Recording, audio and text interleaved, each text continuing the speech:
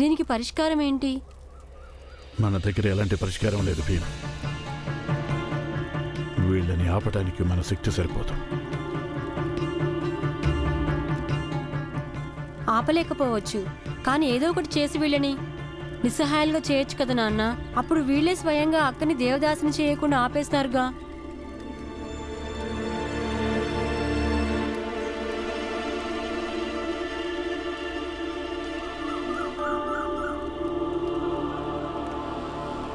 భీమబాయ్,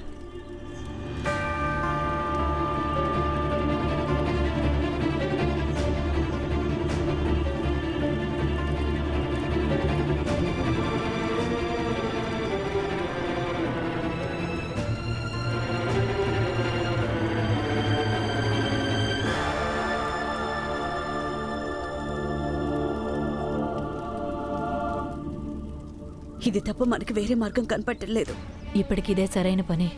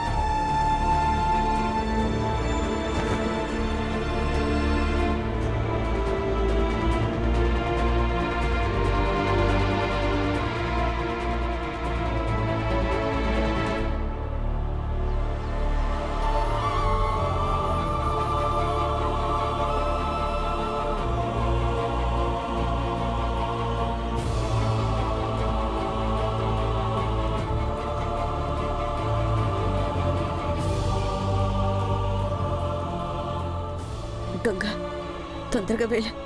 తను స్నానం చేసి బయటకు వచ్చేలోపు పని జరిగిపోవాలి. ఎలా చేయాలి? ఎవరైనా చూస్తారేమో. భీమ్, నువ్వు నీ మాటలతోటి వీళ్ళందరి దృష్టి మళ్లించగలవా? నేను వేరే వైపు నుంచి భవ్య దగ్గరికి వెళ్తాను. ఒకవేళ ఇలా చేస్తే మనం తనని కాపాడొచ్చు. సరేనా? సరే అక్క. ఏం చేస్తాం?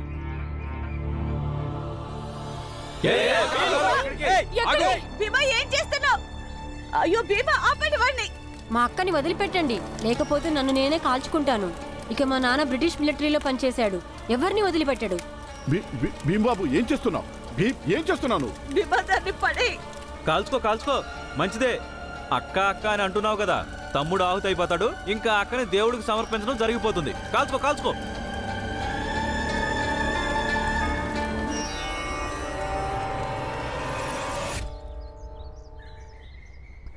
అక్క,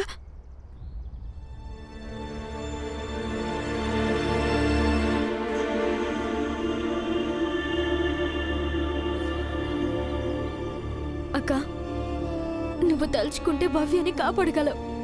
తనని దేవదాసి అవ్వకుండా కాపాడగలవు. నీకు దండం పెడతానక్క, ఆ అమాయకురాల్ని కాపాడ. దయచేసి కాపాడు. ఇక నువ్వు వెళ్ళిపో ఇక్కడి నుంచి. ఎవరైనా చూసారంటే సమస్య అయిపోతుంది. అక్క, వెళ్ళు. కావాలంటే నువ్వు స్వయంగా ఈ హోమగుండంలో ఆత్మాహుతి చేసుకోవచ్చు. నేను ఒక్కడినే ఆత్మాహుతి చేసుకోను స్వామీజీ. నాతో పాటు నా జాతి వాళ్ళు ఎంతో మంది ఇక్కడికి వచ్చి ఆత్మాహుతి చేసుకుంటారు. ఇక అది ఎప్పటిదాకా కొనసాగుతుందంటే మీరు మా అక్కని ఇక్కడి నుంచి వదిలిపెట్టేంత వరకు.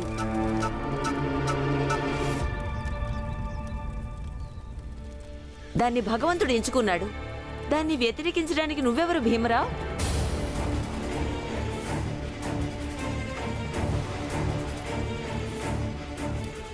నేను ధన్యురాల్ని. భగవంతుడు నా మనవరాల్ని తన సేవ కోసం ఎంచుకున్నాడు. ఇప్పుడు దాని జీవితం భగవంతుడి సేవకే అంకితమైపోయింది. దాని భక్తికి భగవంతుడు ప్రసన్నుడై నాకు స్వర్గద్వారాలు తెరుస్తాడు. నాకైన గాయాలన్నీ నా పాపాల వల్లే అయ్యాయి. వీటిని నా మనవరాలు భగవంతుడి సేవ చేసి పుణ్యంతో పోగొడుతుంది. విన్నావా భీమరావు? ఈ కన్యకు నీకు ఎటువంటి బంధుత్వం లేదు. కానీ మాట్లాడుతున్న ఈ స్త్రీ ఈ కన్యకి అమ్మమ్మ అవుతుంది. అందుకని ఇతరుల విషయంలో తలదూర్చటం మానేసి. లేదండి, మీకు ఈ గాయాలు మీరు చేసిన పాపాల వల్ల అవలేదు. ఇవన్నీ వీళ్ళందరూ చేసిన అత్యాచారాల వల్ల అయ్యాయి. అయినా ఎవరినైనా వాళ్ళ ఇష్టానికి విరుద్ధంగా ఒకరి దాసిని చేయడం అనేది అనుచితం కాదు కదా. దేవుళ్ళకు విరుద్ధంగా ఇలా మాట్లాడే సాహసం నీకెలా వచ్చింది భీమరావు? నీకు తెలుసా, నువ్వు చేసిన ఈ తప్పుకి శిక్ష ఆ దేవుడు ఎలా ఇస్తాడో? ఆ దేవుడికి భయపడు. అమ్మమ్మ, ఆ దేవుడి పేరు చెప్పి వీళ్ళందరూ మనల్ని శిక్షిస్తున్నారు. వీళ్ళ మాటల మాయలో పడద్దు. భవ్య అక్కని కాపాడడం గురించి మాట్లాడు. చాలు, ఇక దేవుళ్ళకు విరుద్ధంగా నేను ఒక్క మాట కూడా వినను. లోకమంతా ఆయన్నెంతో పూజిస్తున్నారు. ఇప్పుడు ఆయనలో కూడా నీకు తప్పులు కనిపిస్తున్నాయా? మీ కుటుంబం వాళ్ళ మాటలు వినే నా కొడుకు పురంజన్ ఎక్కడికి వెళ్ళిపోయాడో తెలీదు. నా కుటుంబం కూలిపోయింది. ఇక నేనేం విందలుచుకోలేదు.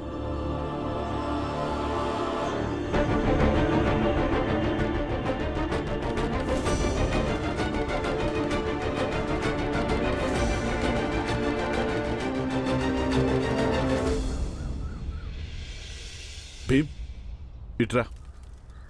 ఇక్కడ నీ మాటలు ఎవరు వినరు. రా భీమా, వచ్చే. ఇంతకాలానికి నువ్వు సరిగ్గా మాట్లాడావు రామ్జీ.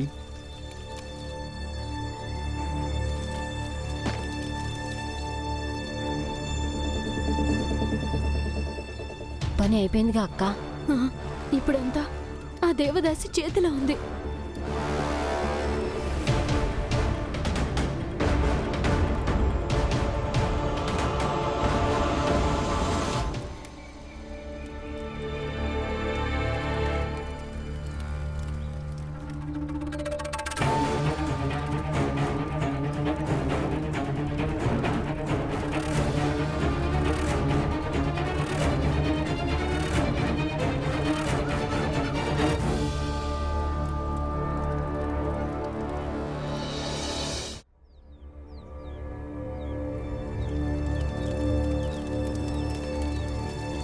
ఇలా రా.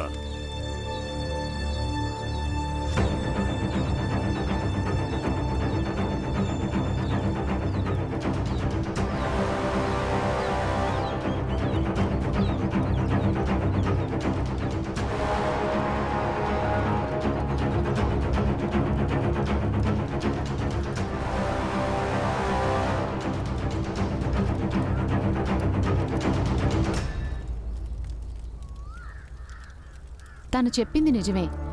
తనకిప్పుడు ఋతుస్రావం సమయం నడుస్తుంది. ఇదెలా సాధ్యమైంది? నాకలా అనిపించలేదే. కానీ ఈమె చెప్పింది నిజమే స్వామి. నేను నా కళ్ళారా చూశాను.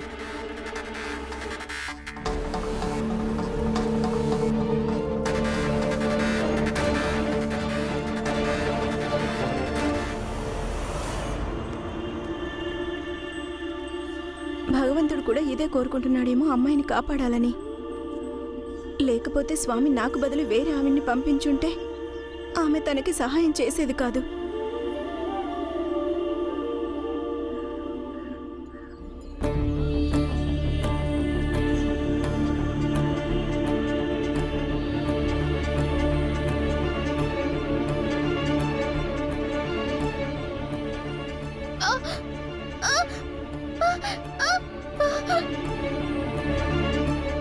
ఏ అమ్మాయి అయినా రజస్వల అయితే ఆమె దేవదాసిగా ఉండటానికి పనికిరాదు.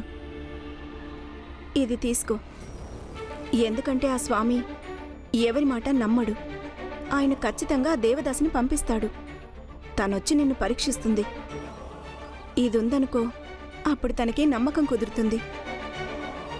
వెళ్ళు.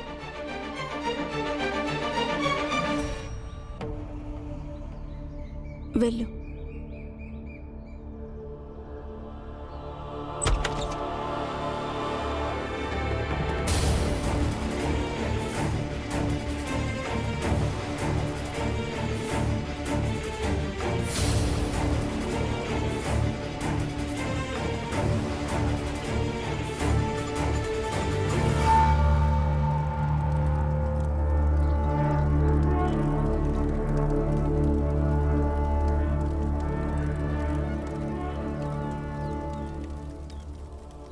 కానీ ఈ కన్య అయినా కూడా దేవదాసి అవుతుంది.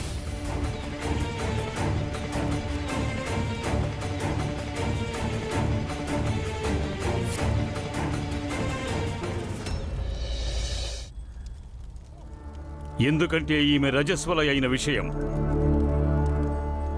మాకు తెలియదు.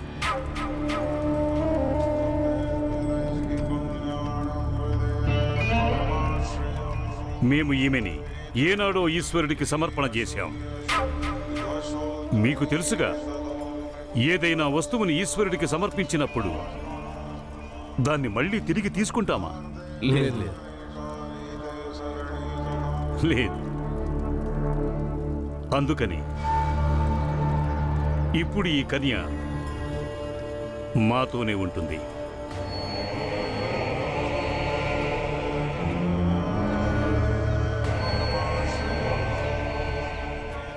మేము ఈమెని భగవంతుడి విగ్రహాన్ని స్పర్శించనీయమనుకోండి, ఆశ్రమంలో మిగతా పనులు చేస్తూ ఉంటుంది. కాబట్టి ఈ కన్య ఈ క్షణం నుంచి మా ఆలయం సంపద అవుతుంది. భవ్య అక్క మనిషి. మనుషులు ఎప్పుడు కూడా ఒకరి సంపద కారు. తనేమీ వస్తువు కాదు. నోరుమై మూర్ఖుడా!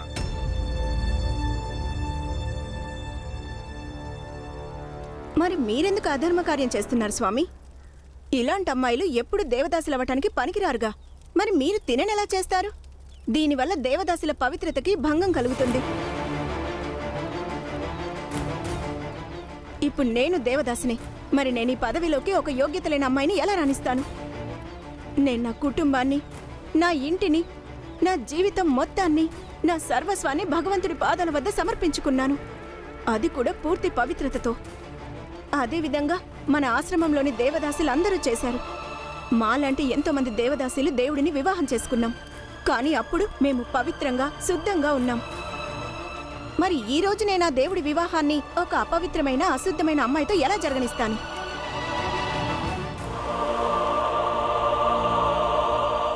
చూడండి స్వామి, మీరలా చేసినా సరే నేను మాత్రం అలా జరగనివ్వను. ఎందుకంటే ఇది మా నమ్మకానికి సంబంధించింది.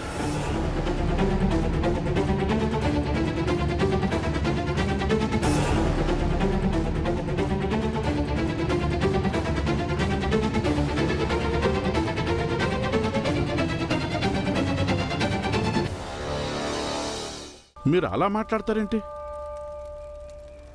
స్వామి అలాంటి పని అది చేయడు. దానిలో ఈశ్వరుడి అభిష్టం లేకపోతే. ఎందుకంటే స్వయంగా ఆయనే ఒక స్వామి, ఈశ్వరుడి ప్రతినిధి. అవునా స్వామి?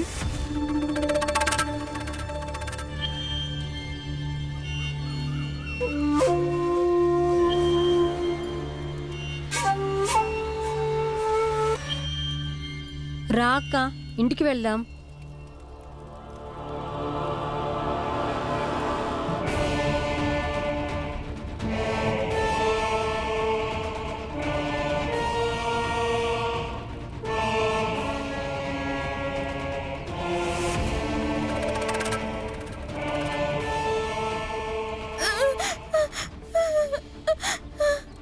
పద తల్లి, పద. రండి పిల్లలు, పద ఇంటికి రండి. వెళ్దాం.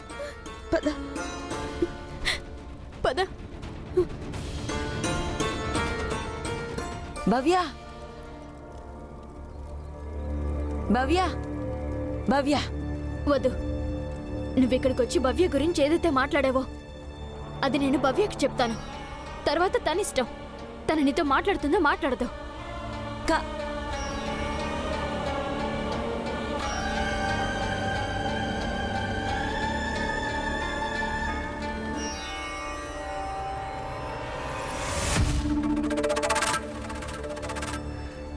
ఈ అమ్మాయి ఈరోజు అందరి ముందు నా మాటల్ని అవహేళన చేసి నన్ను ఘోరంగా అవమానించింది. దీని నోటి వెంట పెద్ద పెద్ద మాటలు వస్తున్నాయి. ఈ హోమగుండం ఎగిసిపడుతోంది. అందుకే దీనికి ఖచ్చితంగా శిక్ష పడి తీరాలి. ఇక దీనికి ఈ శిక్ష నువ్వే వెయ్యాలి.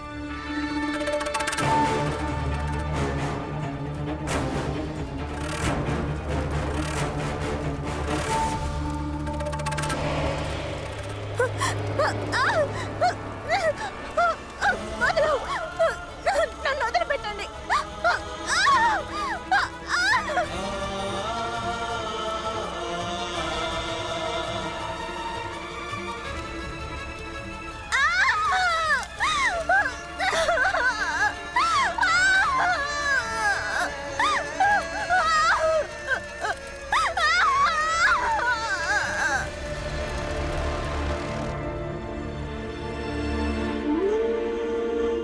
నేను ఆ అక్క ఉపకారాన్ని జీవితాంతం మర్చిపోలేను. ఆమె నా కోసం వాళ్ళ స్వామికి ఎదురు మాట్లాడింది.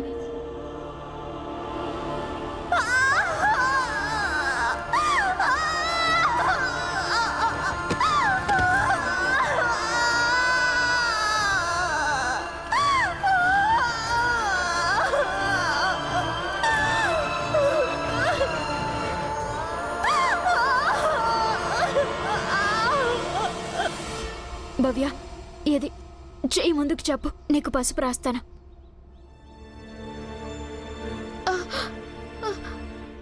కొంచెం మంటగా ఉంటుంది, కానీ తగ్గిపోతుంది. నొప్పిగా ఉందా?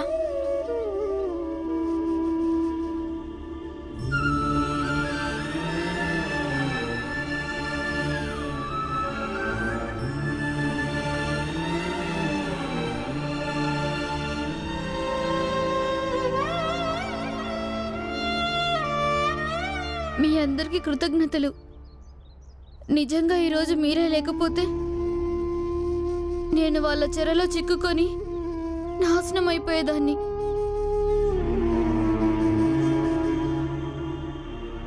ఇది బాగుందక్క. నువ్వు ఒక పక్కన నన్ను తమ్ముడు అంటున్నావు, మా అందరిని నీ కుటుంబంగా భావిస్తున్నావు, మళ్ళీ కృతజ్ఞతలు చెప్తున్నావా? సరే అయితే ఇక నుంచి చెప్పనులే. ఎందుకంటే ఈ రోజు నుంచి నువ్వు నాకు తమ్ముడివి కాదు, ఇంకా మీరందరూ నా కుటుంబం కాదు.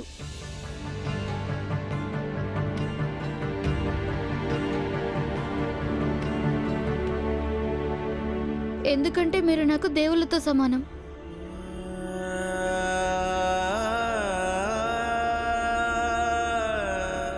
ఆ దేవుణ్ణి నేను ఇంతకాలం పూజిస్తూ వచ్చాను. ఉదయం నిద్ర లేచాక పూజ చేయకుండా నీళ్లు కూడా తాగేదాన్ని కాదు. ఈరోజు ఆ దేవుడి పేరు చెప్పి నాకు వాళ్ళందరూ ఇంత చెడు చేయబోయారు.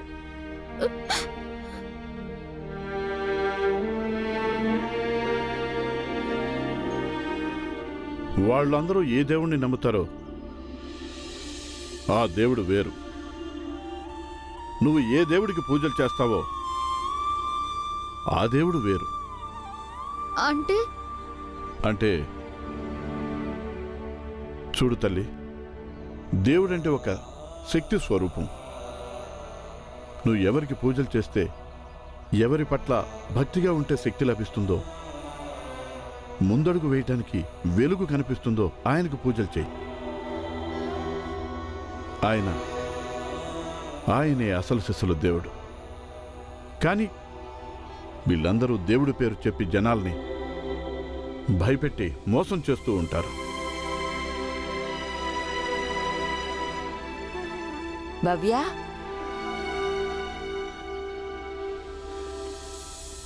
భవ్య ఇంటికి రామ్మా. నేను ధన్యురాల్ని. భగవంతుడు నా మనవరాల్ని తన సేవ కోసం ఎంచుకున్నాడు. ఇప్పుడు తన జీవితం దేవుడి చరణాల వద్ద సమర్పించుకొని తన భక్తి వల్ల దేవుణ్ణి ప్రసన్నం చేసుకుని నన్ను స్వర్గానికి పంపిస్తుంది. రామ్జీ,